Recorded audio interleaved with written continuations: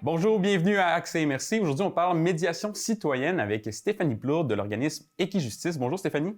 Allô? Ça va bien? Oui, ça va bien. Oui, donc je commencerai peut-être par te demander, pour les gens à la maison qui ne connaissent pas l'organisme Équijustice, peux-tu nous la présenter dans sa globalité? Qu'est-ce que ça accomplit? C'est quoi? Qu'est-ce que ça implique? Oui, Équijustice, en fait, on est une association provinciale.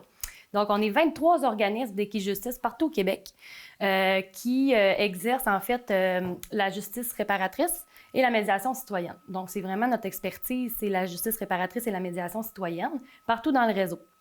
On a diverses équijustices. Donc là, nous, on travaille chez Équijustice Lac-Saint-Jean. Okay. On a Équijustice Saguenay, donc il y a différents équijustices partout au Québec.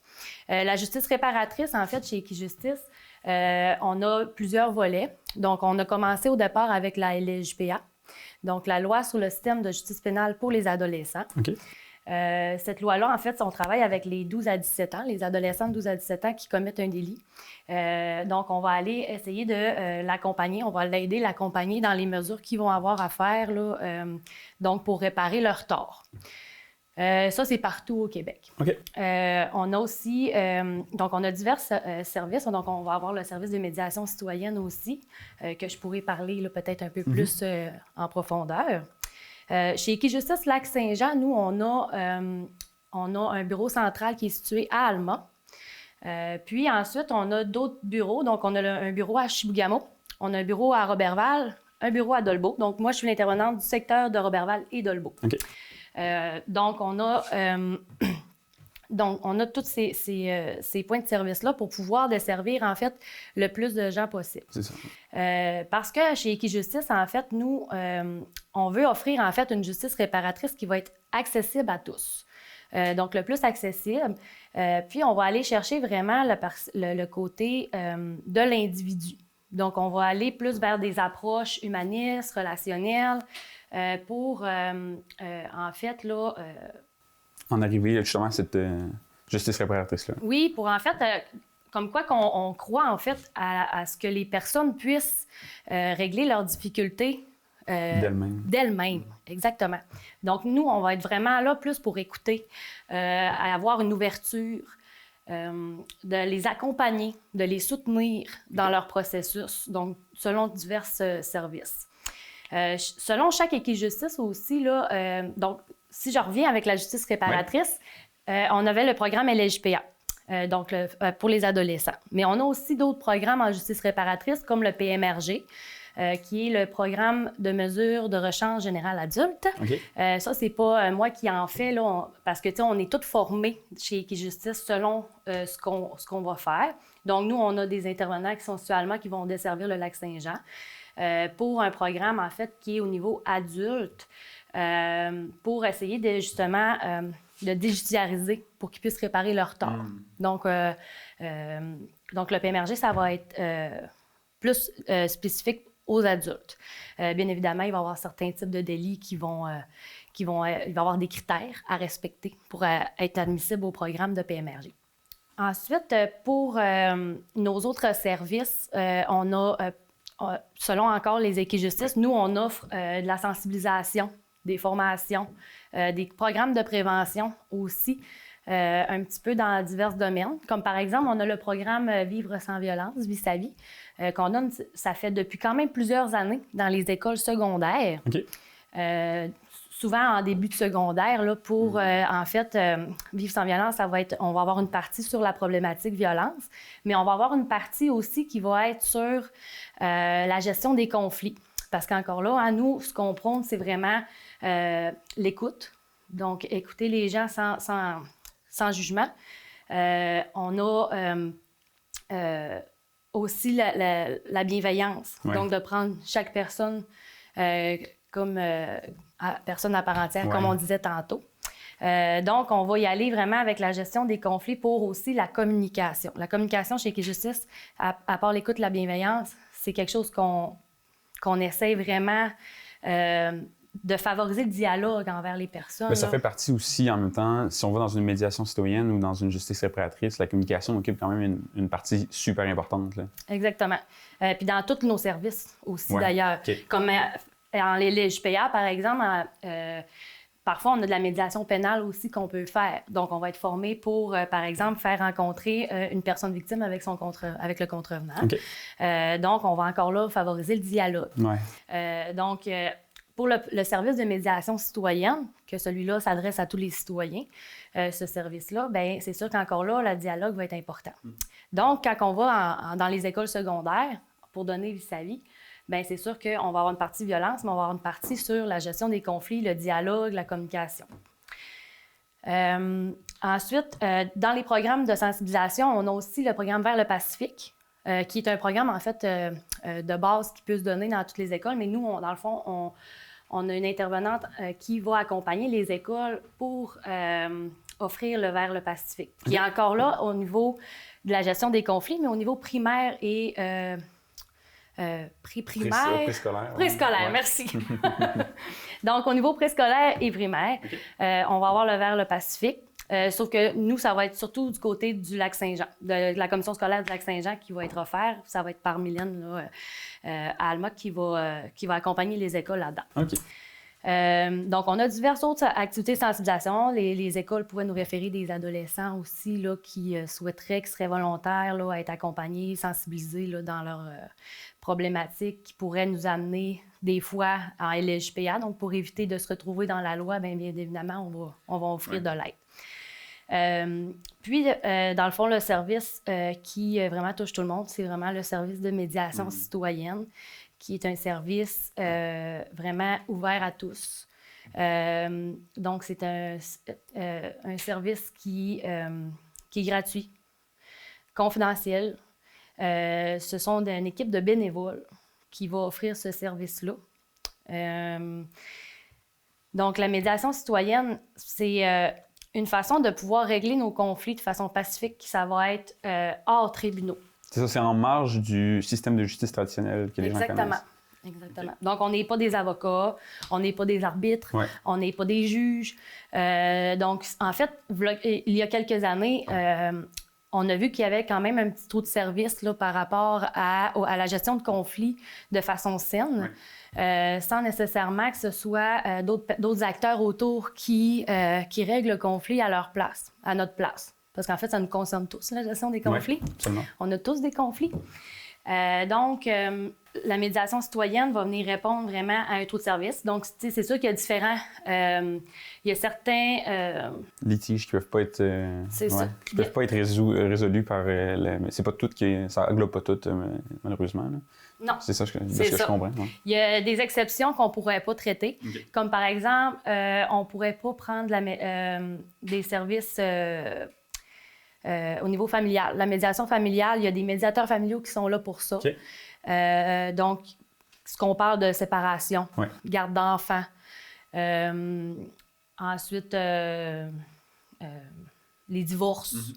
Donc, tout ça, c'est des médiateurs familiaux qui vont pouvoir s'occuper de ça. Par contre, un conflit dans une famille, qui c'est une relation interpersonnelle, à ce moment-là, on pourrait aider à accompagner. Okay. Ensuite, c'est sûr qu'on a aussi les urgences qui, ça, on ne pourra pas là, traiter non plus. Donc, on appelle normalement le 911 ou il y a d'autres services en état d'urgence. Donc, d'ailleurs, notre numéro de téléphone pour rejoindre la médiation, c'est une boîte vocale. OK. Donc, quand les gens appellent, ils vont laisser un message sur la boîte vocale. Donc, directement, c'est pour nous filtrer justement là, les situations d'urgence, que ça se peut qu'on ne réponde pas tout de suite. Par contre, on va retourner le premier appel assez rapidement. OK, je comprends.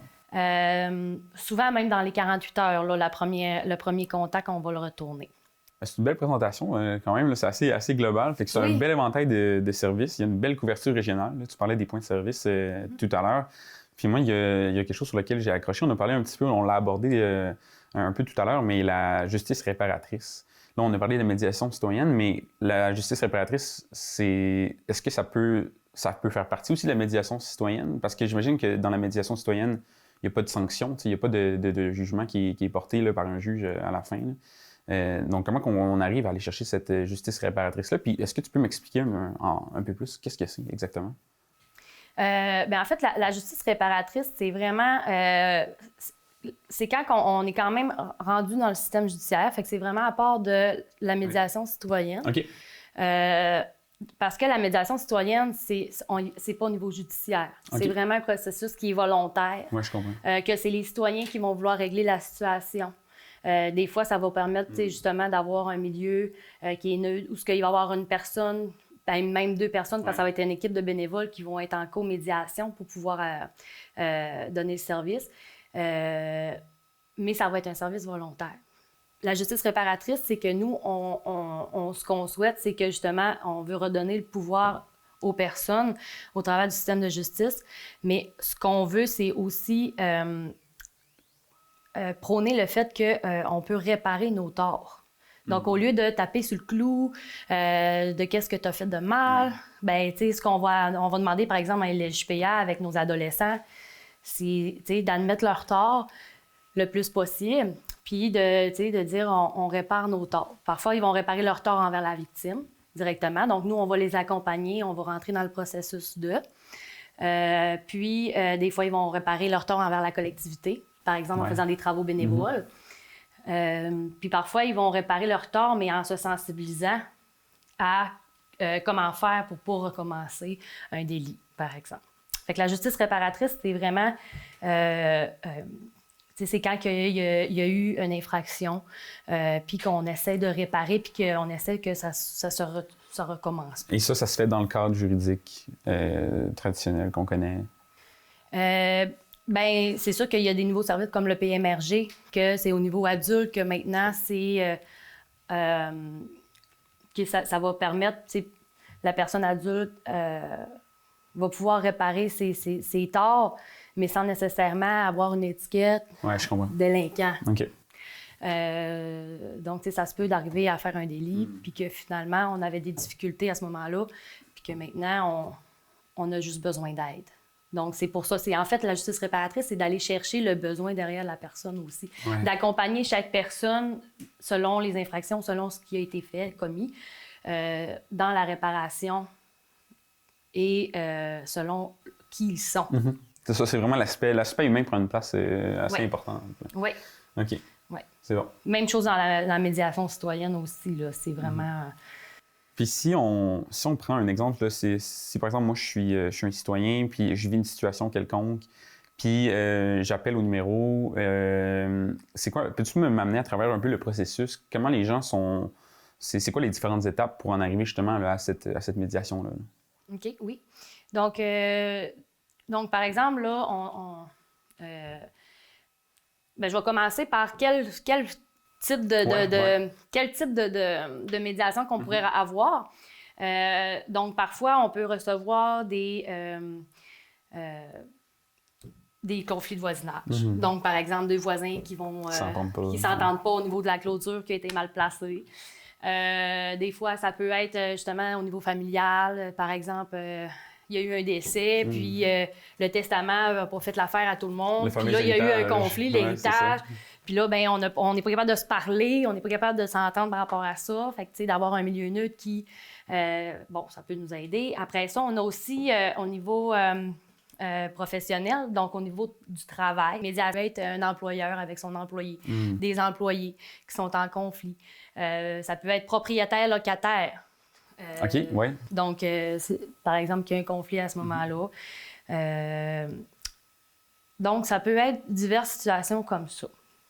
Bien sûr, il faut que les deux personnes vont devoir être volontaires. Volontaire, c'est ça. Ça peut pas être juste une personne qui appelle et qui dit « J'aimerais ça régler cette situation-là ». Non, c'est ça. Donc là, mais par contre, ça se peut qu'on va trouver une stratégie avec la première personne qui nous appelle pour voir comment on pourrait communiquer avec la deuxième personne de la meilleure façon. Donc, comme j'ai dit, vu qu'on part de la personne en soi, donc là, on va avoir un appel sur notre boîte vocale, donc de la première personne qui va nous appeler. La personne qui nous appelle nous laisse un message vocal avec, en bref, un peu la situation. Donc, déjà, en partant, on peut peut-être filtrer si ça correspond à notre service. Ouais. Donc, bien sûr qu'avant, les bénévoles ont été formés. Ils ont 21 heures de formation pour pouvoir faire la médiation. Recevoir un peu Puis on a toujours de la formation continue. Donc, on est vraiment des médiateurs certifiés. Autant les bénévoles que nous, les intervenants, qui vont accompagner les bénévoles. Donc souvent, ça va être le bénévole qui va appeler, qui va faire le retour d'appel sur la boîte vocale. Lorsqu'elle communique avec la première personne qui nous a téléphoné, la première chose, on va éviter surtout à venir nous rencontrer une première fois. Donc, c'est sûr ça se peut qu'on abrégie un peu, là, qu'on soit plus bref dans la description de la situation parce que, tu sais, de parler au téléphone versus une rencontre personnelle, c'est sûr que des fois, on n'a pas la même vision des choses. Donc, on essaie d'inviter le plus possible la première personne à venir nous rencontrer une première fois. D'ailleurs, c'est pas toutes les médiations qui vont se rendre jusqu'à la médiation. Parfois, de seulement avoir une écoute attentive, sans jugement, avec ouverture d'esprit, qui essaie de chercher à comprendre le fond de l'histoire. Parfois, c'est suffisant même pour la personne pour déjà trouver ses solutions ou ses façons de faire. Fait que des fois, la première rencontre peut être suffisante puis que le processus s'arrête là. Tant mieux dans ce cas-là, j'ai envie de dire. Là. Oui, effectivement, parce que ce qu'on souhaite, c'est d'amener les personnes à régler leurs difficultés puis leur réapproprier le pouvoir qu'ils ont. Donc, on a tous la capacité même si des fois, on a peut-être perdu la façon qu'on a perdu la façon qu'on voyait les choses, là, notre capacité. C'est ça, ça apporte une perspective différente aussi, des fois. Là. Exactement. Souvent, on a le problème ici. Oui, c'est ça, on a les œillères. Puis même quand nous, c'est notre problème aussi, tu sais, on l'a ici. Fait que des fois, d'avoir une personne extérieure qui nous écoute, bien, ça nous permet de prendre un pas de recul sur la situation. Donc, déjà, en partant, tu sais, c'est vraiment pas toutes les médiations qui vont se rendre jusqu'à la rencontre. OK. Donc, des fois, la première rencontre préparatoire d'accueil, qu'on appelle la rencontre exploratoire de la situation, à ce moment-là, ça peut s'arrêter là.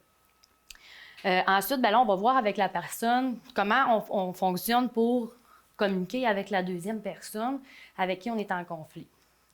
Donc, ça peut être par lettre, ça peut être, ça peut être la personne qui va contacter l'autre personne elle-même, ça peut être par téléphone, que ça soit nous qui communiquons avec la deuxième personne. Donc là, ensuite, on va rencontrer la deuxième personne, si elle est volontaire et qu'elle souhaite participer au processus. Lorsqu'on fait la rencontre avec la deuxième personne, on va encore faire un exploratoire. Donc, on y va encore de façon neutre, à prendre un pas de recul, donner un pas de recul à la personne, puis on regarde sa vision des choses. Parce que souvent, un conflit, on a deux perceptions complètement différentes de la situation. Mais notre rôle, c'est pas de prendre un bord ou de l'autre, c'est vraiment leur situation, puis on leur donne le pouvoir. Donc, qu'est-ce qu'on fait? C'est qu'on va vraiment les amener à se préparer par la suite à se rencontrer. Un peu comme l'image d'un pont. Oui. Donc, on aide les personnes à construire leur pont pour pouvoir, après ça, se parler. C'est une belle image. Oui. Donc, une fois qu'on a rencontré la première personne, après ça, on rentre dans les ateliers préparatoires. Donc là, on va travailler la communication. Individuellement, de chaque côté? Oui, de chaque côté. Ce qu'on va faire avec un, on va le faire avec l'autre. Okay. Donc, on va explorer la personne si elle est capable de recevoir qu'est-ce que l'autre va lui dire. Mais la même chose, on va le préparer aussi à se projeter dans l'autre. Ouais. On réapprend un peu l'empathie de un, c'est de justement se mettre à la place de l'autre. Puis tu sais, souvent, quand il y a un conflit, c'est... tu as un récepteur, tu as un émetteur, puis souvent, des fois, il y a deux émetteurs, puis il n'y a pas de récepteur. C'est un peu ce qu'on apprend aux gens. Exactement. Puis d'ailleurs, si après les rencontres préparatoires, il y a une personne qui n'est pas capable du tout de se projeter dans l'autre puis d'essayer de comprendre la vision de l'autre, c'est sûr qu'on ne sera pas capable d'aller en rencontre. Mais parfois, on n'est peut-être pas ouvert au début, mais avec les ateliers préparatoires, puis en se questionnant, des fois, on vient ouvert à savoir qu'est-ce que l'autre en pense. Fait que finalement, ça nous met... ça nous rapprend justement à communiquer puis à mettre le dialogue de l'avant. Communiquer, c'est pas seulement à dire qu'est-ce qu'on pense, mais... C'est d'écouter aussi. C'est d'écouter, de chercher à comprendre, puis aussi, après ça, d'avoir une entente. Ouais. Donc, ensuite, après les ateliers préparatoires, des fois, ça peut être une rencontre préparatoire, puis ils sont prêts. Comme des fois, ça peut prendre 6 mois, de se préparer à se rencontrer. Parce que des fois, ça peut être des situations qui peuvent durer depuis 10 ans, qu'il y a beaucoup de choses que ça comporte. Oui, absolument. Donc, tu sais, des fois, il va falloir plus regarder toute la chair autour de l'os. Oui, c'est ça, une vue d'ensemble. Une vue d'ensemble, exactement. C'est super intéressant. Là, je vois le temps qui file, puis il y a un dernier volet que j'aurais aimé ça aborder, puisque tu as mentionné beaucoup là, ce que vous faisiez dans les écoles au niveau de justement de la formation, comment régler des conflits, puis tout ça. L'éducation en amont prend une place vraiment importante si on veut justement former des citoyens puis des gens qui sont capables de régler leurs conflits par eux-mêmes, de ce que je comprends, là, de ce que tu m'as expliqué tout à l'heure. Bien, effectivement qu'on peut offrir des formations là, pour, exemple, s'il y a un groupe de personnes qui voudraient commencer la médiation, on pourrait former des médiateurs pour pouvoir continuer là-dedans, puis nous, on les accompagne. Donc, c'est sûr que la collaboration, le partenariat va être super important. Effectivement, on est une communauté, puis si on veut justement offrir tous nos services de façon adéquate, bien évidemment, le partenariat, la collaboration va être importante. Donc, on fait partenaire, comme par exemple, on collabore avec la SQ, avec qui parfois on va leur donner des rappels, leur redonner des formations par rapport... Vous donnez des formations à la SQ parfois? Parfois pour leur expliquer la médiation citoyenne, pour ceux-là qui ne connaissent pas, parce que des fois, ça peut être une alternative. Des fois, ça peut être la Sûreté du Québec qui est amenée à aller gérer un conflit. Puis parfois, ils peuvent nous référer des gens qui pourraient régler leur conflit. Donc, c'est un exemple de partenariat, mais ça peut être avec plein d'autres personnes, la Maison des Jeunes, le CIUS. Donc, ça peut être... On a plusieurs partenaires là, qui collaborent avec nous, les HLM, tu sais, des travaux... où il y a des intervenants aussi qui, des fois, gèrent des conflits puis que notre service peut fonctionner. C'est sûr que on a l'enjeu, par contre, d'avoir un manque de bénévoles, comme partout. Oui, comme dans tout ça. Donc ça, s'il y en a qui voudraient devenir bénévoles, ça serait magnifique. Par contre, c'est sûr que, tu sais, dans le fond, ça peut être monsieur, madame, tout le monde qui vient puis qu'on va former. Par contre, ça prend un savoir-être. Oui. Puis un vouloir aussi d'apprendre. Puis un vouloir d'apprendre, effectivement. Donc, tu sais, quelqu'un qui est capable d'écouter, qui est capable de se mettre dans la peau de l'autre, qui va être capable d'accompagner, de soutenir. Des fois, il y a des émotions qui se passent là-dedans aussi, donc d'être capable de gérer ça. Mais on est toujours là pour les accompagner. C'est bon. Est-ce que j'ai répondu à ta question? Oui, je me suis écartée. Ouais, non, mais... c'est bien correct. Je trouve qu'on aborde des sujets super intéressants. Puis en terminant, peut-être rappeler aux gens, parce que là, tu as mentionné tout à l'heure que vous avez un point de service à Adomie-Mistassini. Peut-être me rappeler à quel endroit vous êtes situé, un numéro de téléphone, comment les gens peuvent vous rejoindre? Dans le fond, le bureau à Dolbeau est situé dans le Juvénat. Okay. Mais je ne suis pas tout le temps là parce que j'ai 2 secteurs. Oui. Donc, parfois, je suis à Robertval, qui est le bureau et où la place de la traversée. Okay. Le bureau d'Alma est au centre-ville. Puis, on a un bureau à Chibougamau. Pour le service de médiation citoyenne, on va faire apparaître sur l'écran le numéro de téléphone parce que c'est quand même un numéro compliqué que je ne serai pas capable de vous dire. Parfait, il n'y a pas de problème. Bien, super, merci beaucoup Stéphanie, c'était super intéressant. Puis c'est ça pour les gens qui peuvent être intéressés par ce genre de services-là. Bien, il y a des ressources qui sont là pour ça, dont Équijustice qui a une belle couverture régionale. Donc merci beaucoup. On vous invite à nous suivre sur notre page YouTube pour suivre les prochains épisodes de Accès MRC. Puis on vous dit à la prochaine.